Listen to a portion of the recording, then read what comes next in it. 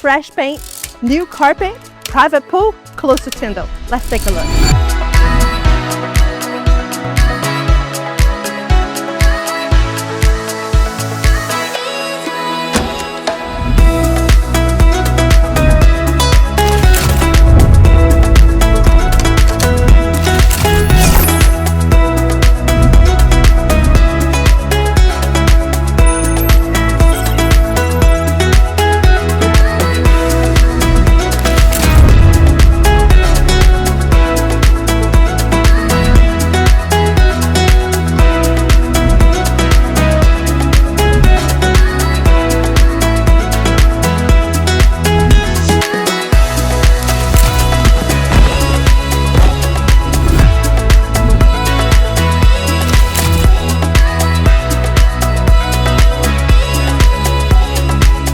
Clean, updated.